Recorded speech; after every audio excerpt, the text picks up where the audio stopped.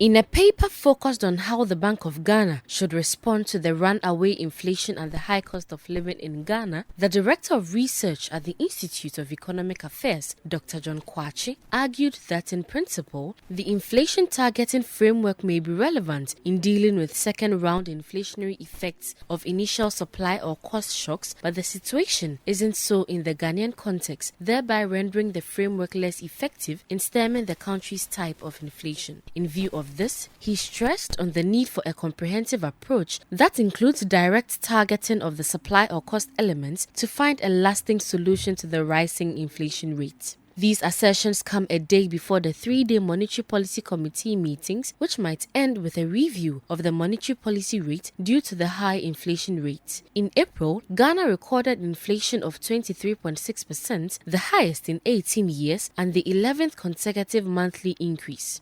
Not only is inflation substantially above the Bank of Ghana target of 8 plus or minus 2%, but it has also outstripped the current monetary policy rate of 17%. The IEA opines that going by the principle underlying the inflation targeting, with current inflation and future outlook being so elevated, the immediate response by the Bank of Ghana should be to tighten the monetary policy rate. Dr. John Kwachi tells City Business News the policy rate must be increased by 200 basis points to help narrow the gap with inflation. I was on the committee for 10 years. From my experience and then also my knowledge of the economy, I'm suggesting that they should increase the policy rate by 200 basis points. And so that will take it from 17% to 19%. This is not going to resolve the inflation, the crisis that we have in immediately. Because if you look at where inflation has shot up to, almost 24%, it's been unprecedented. And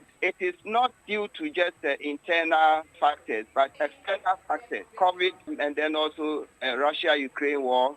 Every country, almost every country in the world is experiencing inflation. So it's not only Ghana, except that our level is rather high. And that has also got to do with our history. You see, we have a history of very high inflation in this country. So the point I'm making is that even though this is an immediate recommendation, immediate action that I'm asking the Bank of Ghana to take, I go on to say that over the medium term, going beyond this meeting and so on, they should also look at the supply side of the economy, which also has influence on inflation, and do more to address those supply side problems as well.